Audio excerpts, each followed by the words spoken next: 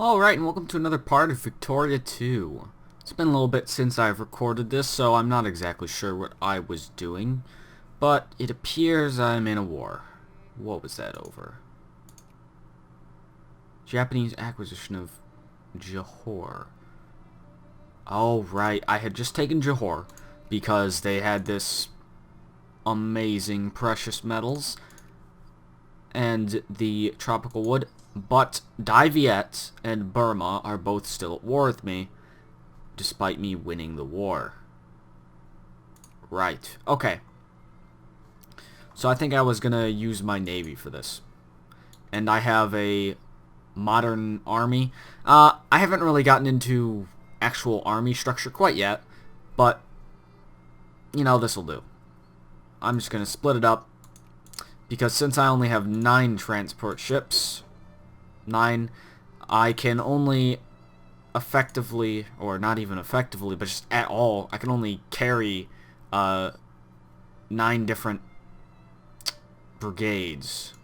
So, despite there being, say, only 27,000 or 9,000, all that matters really in this, when they're all at full strength, is the amount of brigades. So, what you really want to do to just see if you have enough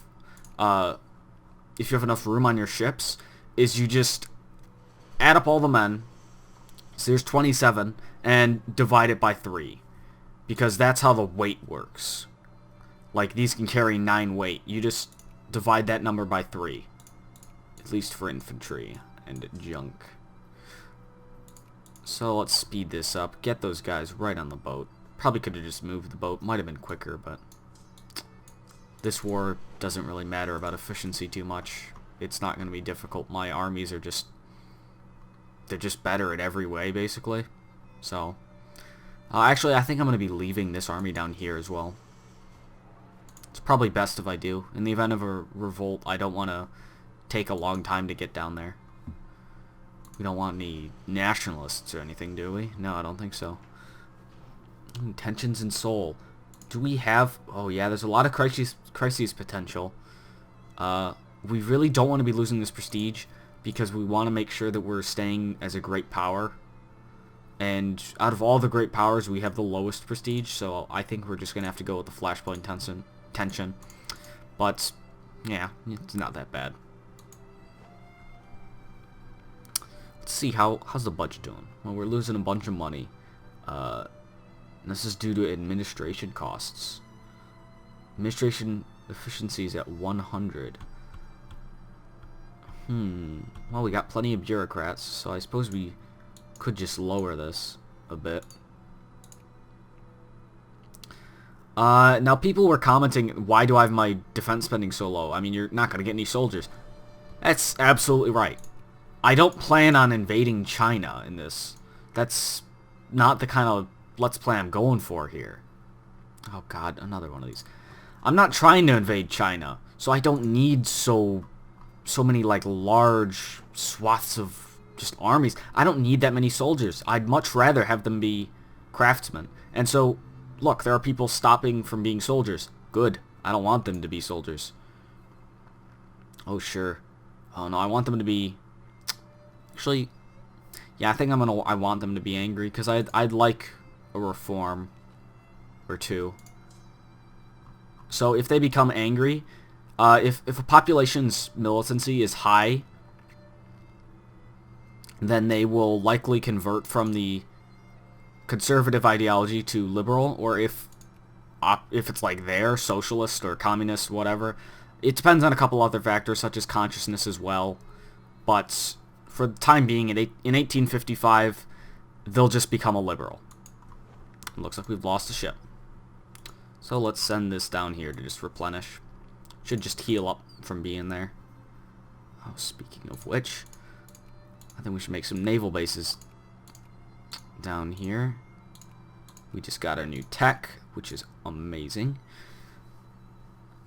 And now we're getting our literacy up pretty fast, but I want it to be even faster. And wow, I can even go for biologism after this.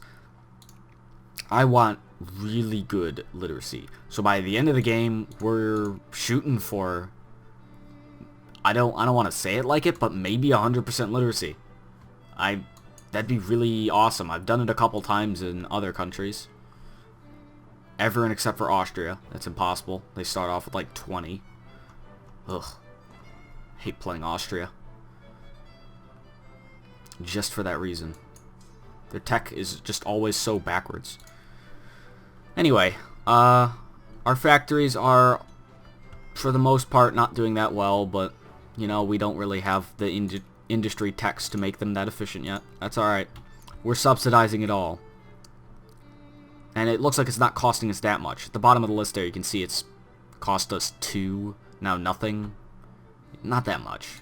So, I'm alright with it for the time being.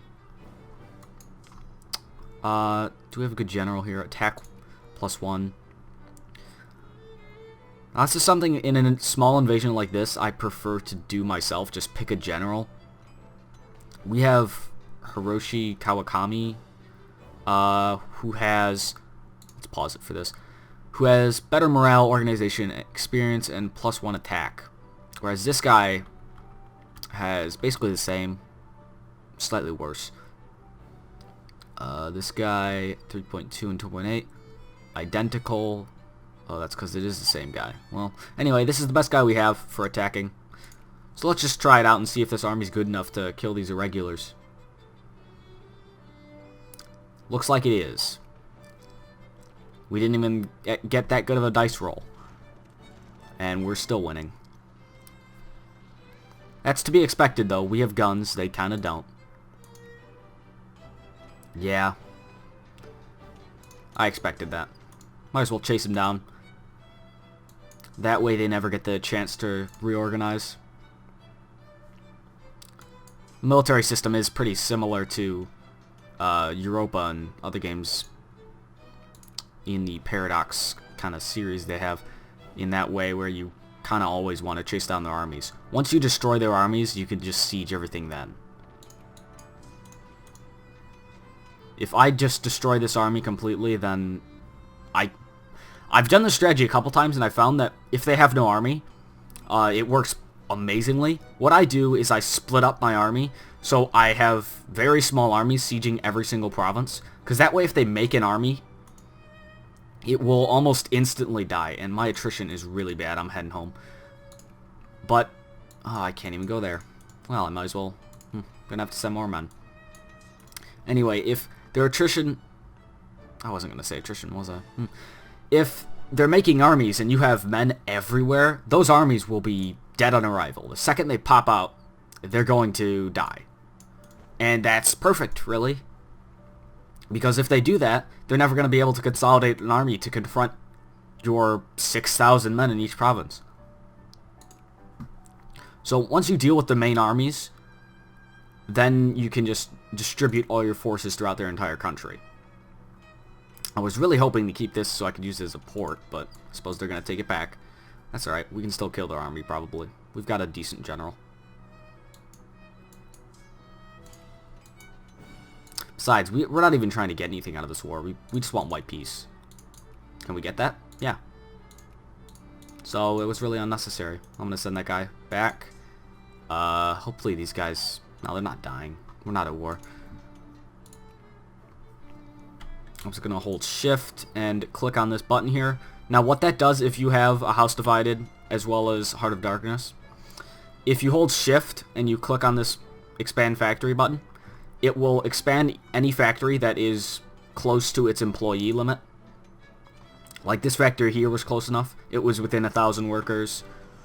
This one wouldn't be right now if I were to hold shift. It's not going to do anything. And it applies to every single factory. Whereas if you hold control, instead that just that will just do all the factories of this type. It'll only do fabric factories.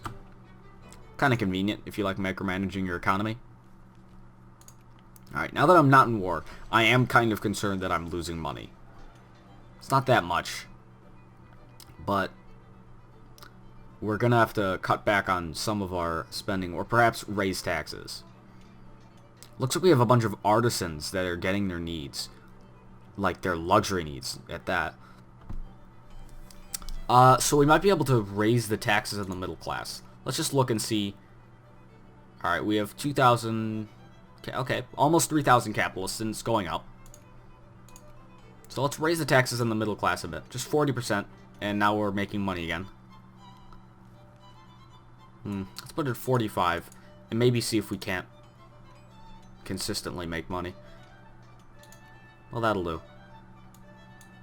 Meanwhile, let's go pick up that army before it completely gets forgotten about. Combine these. I'll be getting rid of these irregulars sometime soon, but it's not that important right now. I don't plan on invading England. I don't plan on getting invaded by England. But one thing I have noticed about Heart of Darkness that I do not like at all... Look at this. India. What are you doing, Portugal? You made a satellite of one province in India.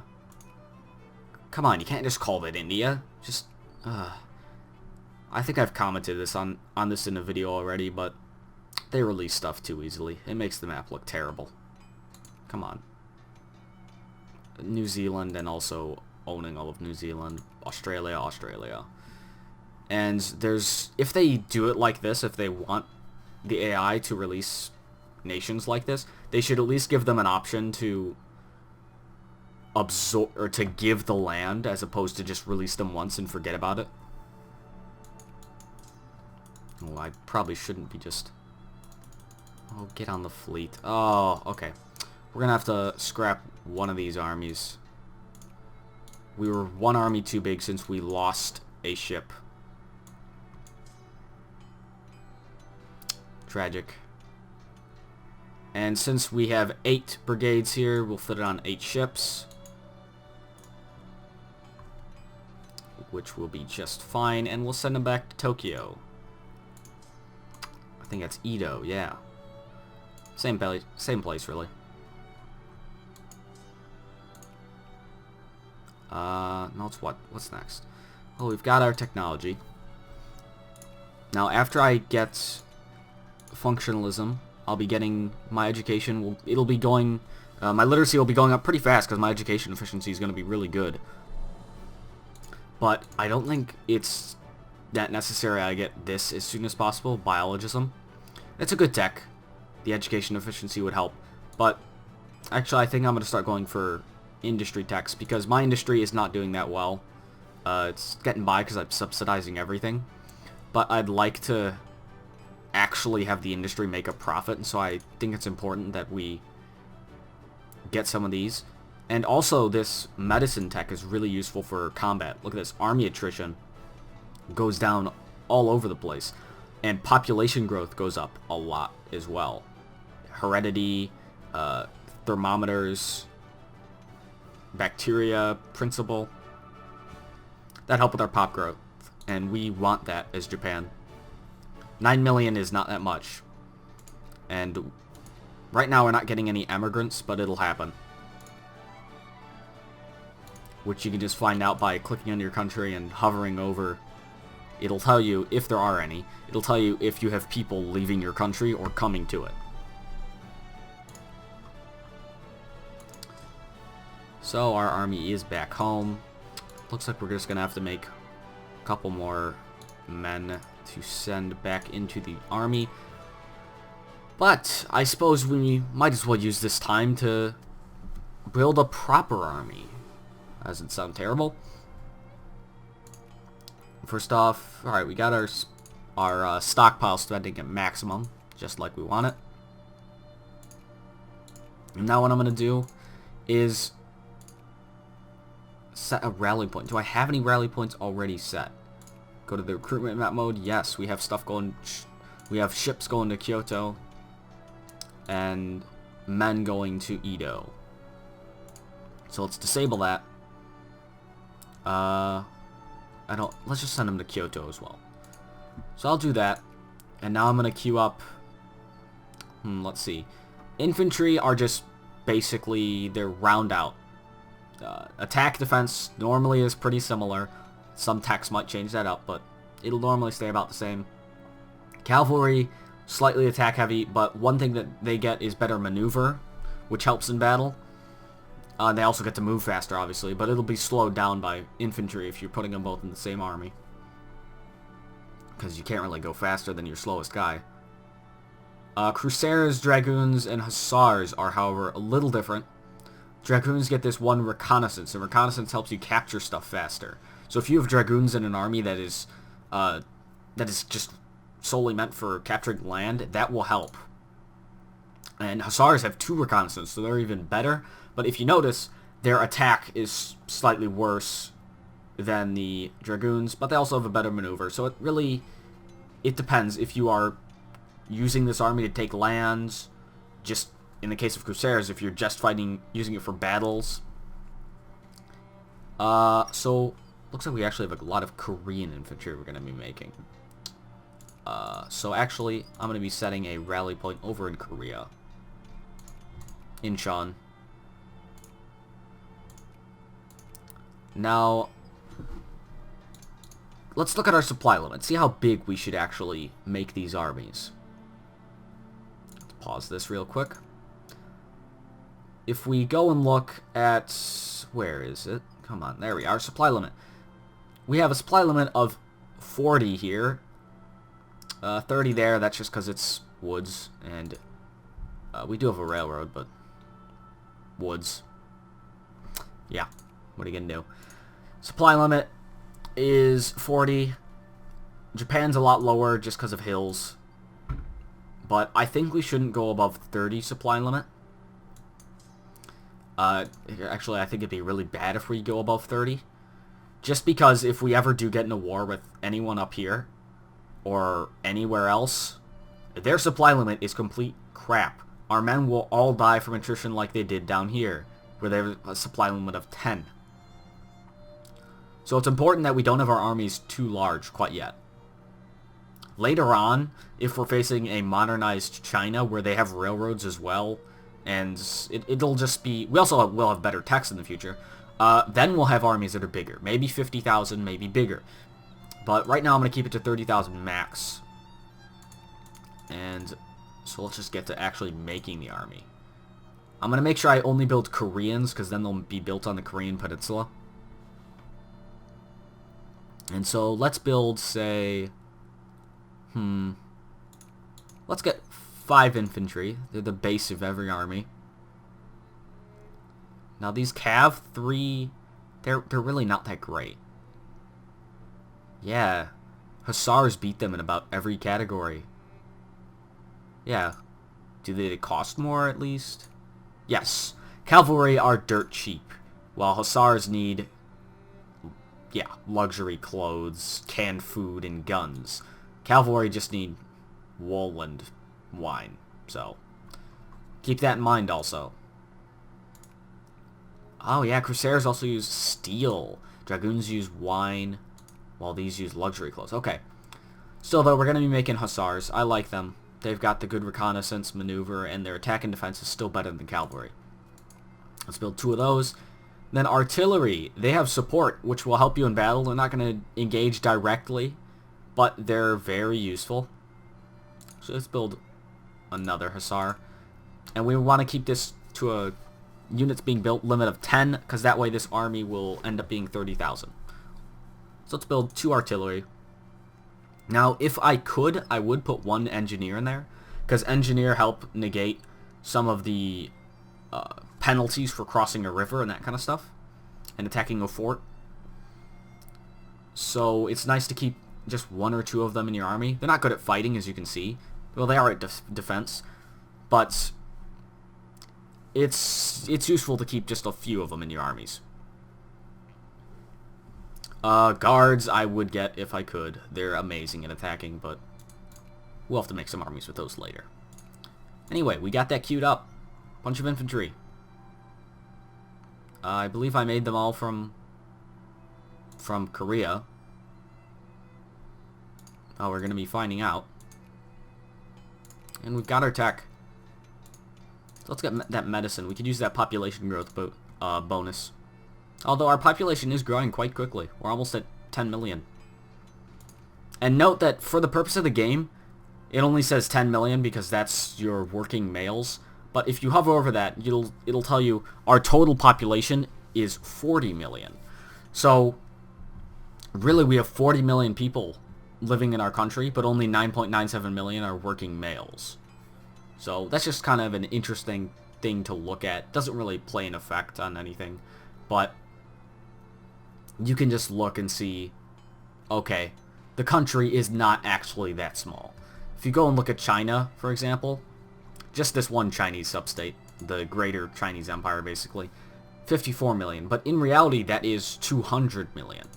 Because if you were to add all these together, China goes a little above 100 million working males. And if you weren't aware that that was just working males, you'd be like, wait, I'm pretty sure China had more than 100 million people. And you'd be right. China had 400 million people, or even more, whatever it is. That's just for historical accuracy as opposed to, you know, balance and stuff. So is our army being built? Yes, it is. Cool.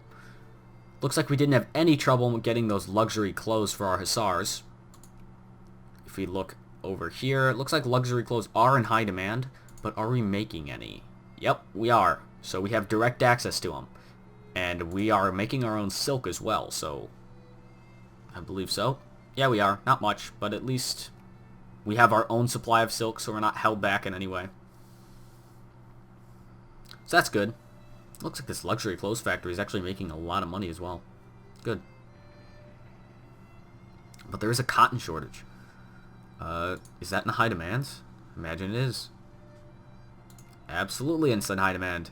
And China's making the most. Wow. America's barely making any. That's why. And they're not at war. Did I just miss the entire Civil War? And they got away without any war. Well then. So this happened. America's kind of screwed. Looks like they are really doing terribly. I can't imagine America's going to stay like they're not going to stay a great power at this rate. Yeah, look. Their prestige is the only thing that's keeping them up. Japan almost has as good of an industry as the USA prior to 1860. Yeah, that won't be too difficult to deal with. Alright, we can now make luxury furniture factories. I'm not going to be making those because I feel like they're shit, but I can do it if I wanted to. And I think I should just start making some stuff I actually know is profitable. Looks like we are exporting a bunch of liquor already. Let's see, is liquor still in high demand? Yeah, there's a big liquor shortage. I think it'll be beneficial if we make our own. So let's go here. Let's make liquor. We're already making some here, and it seems to be making a profit. Cement is also making a profit. So I might want to make cement in some other places as well. Such as Seoul. Now I'm going to take my national focus off of over here for craftsmen, over here for capitalists, and I'm going to start putting it over here. And where else do we need workers? Pyongyang. Northern Korea. We need them to make us some liquor. Let's see, are we getting more craftsmen in this factory? Let's see, do we still have a lot of people signing up? Sure we do. Hundreds daily. It's exactly what we want. Yeah, alright. That's because we're taxing people so much. If you look at this, 4% of them getting their life needs partially fulfilled. And that is mostly farmers. Perfect. Starve them. Sounds terrible, but they're going to be craftsmen, which is what we want. And when the time arises, I'll be adding some social regulations, reforms, but don't do too many of these unless you are really ahead technologically, because if you put excellent safety regulations in an 8-hour workday, your factories are simply going to be less productive. If you look here, factory throughput is minus 20%, so they're making 20% less goods, which can mean that they're just simply not profitable anymore. So unless you're really ahead technologically and you're sure that you can still make a profit, those reforms are not for you.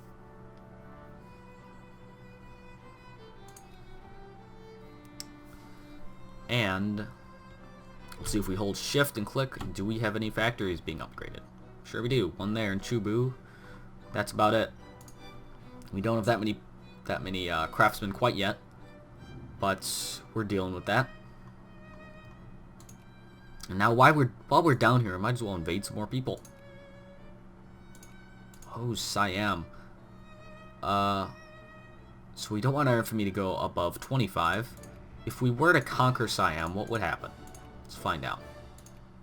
22 maximum. That doesn't sound too bad, does it? Sure, let's do it. Okay, we're going to be invading Siam. Has our Korean army finished? Yes, it has. And now we actually have a decent organized army here. That's awesome. Except we're going to need to expand our fleet just a little. Let's make it so our fleets go there as opposed to Kyoto. And we'll be making 2 more clipper transports. I'm pretty confident I just made those down here, which is kind of pointless, but too bad. Not canceling it. Now I'm going to be getting the practical steam engine, because this mining output and farming output means we will need less farmers and miners to do the same amount of work right now, which is good.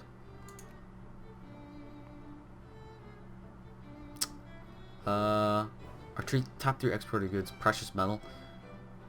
Now, precious metal is kind of a weird thing. It's, like, as you can see here, it says we're exporting that much. But if you look here, it's simply not on here. That's because all the funds from precious metals are going directly into the bank. And it's not that much, really. I mean, 10. The only reason I like that is because it doesn't really fluctuate much, as you can see. And it doesn't hurt anyone to get that money. So, it's, in my eyes, it's just free money.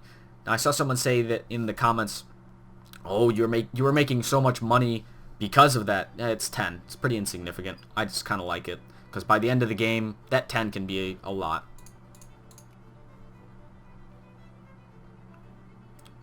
Huh. Okay, so we are actually losing money. The game is not just lying to us. Let's see, what's the status of our fleets? How long do we have left? Perfect, they're almost done. So I'm going to be moving an army down here to Hippo. However it is, Hippo. That sounds good, Hippo. Can we rename it? Can you even do that in this game? I don't think so. No renaming. That's alright.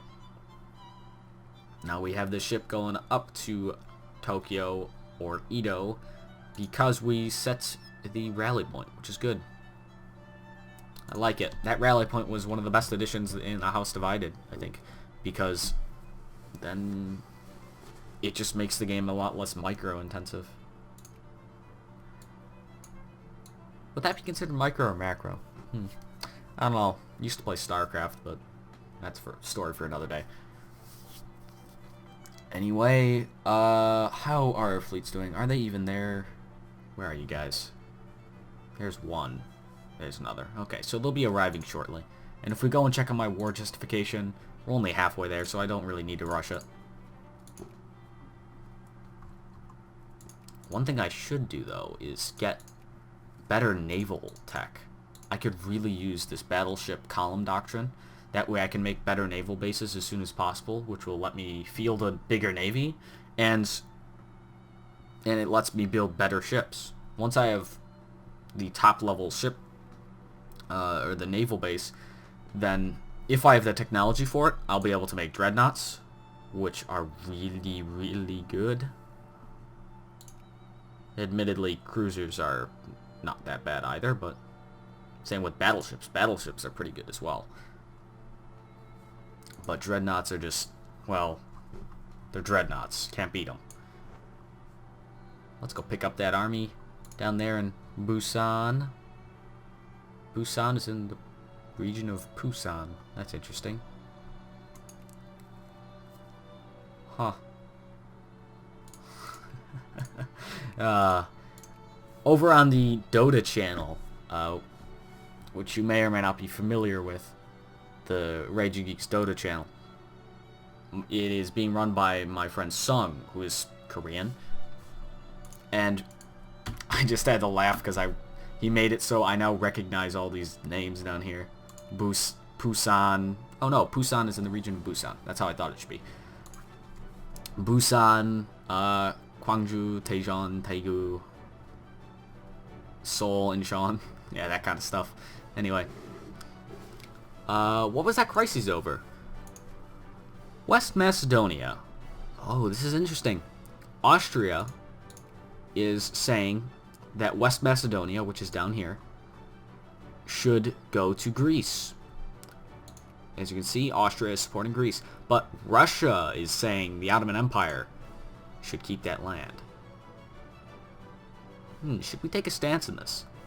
Now, since I'm not on Europe, I'm not obliged to take a stance in this. If I were on Europe, I would take a penalty hit for not saying I want to get involved. Or a prestige hit. I would get a penalty for not doing that.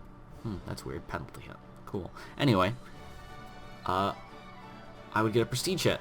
But since I'm in Asia, I'm pretty far away, it doesn't really matter to me.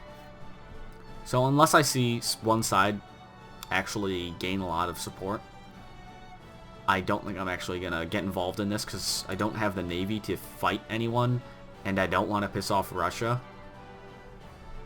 So we're not going to be doing that. Anyway, this has been another part of Japan in Victoria 2, and I'll see you guys next time.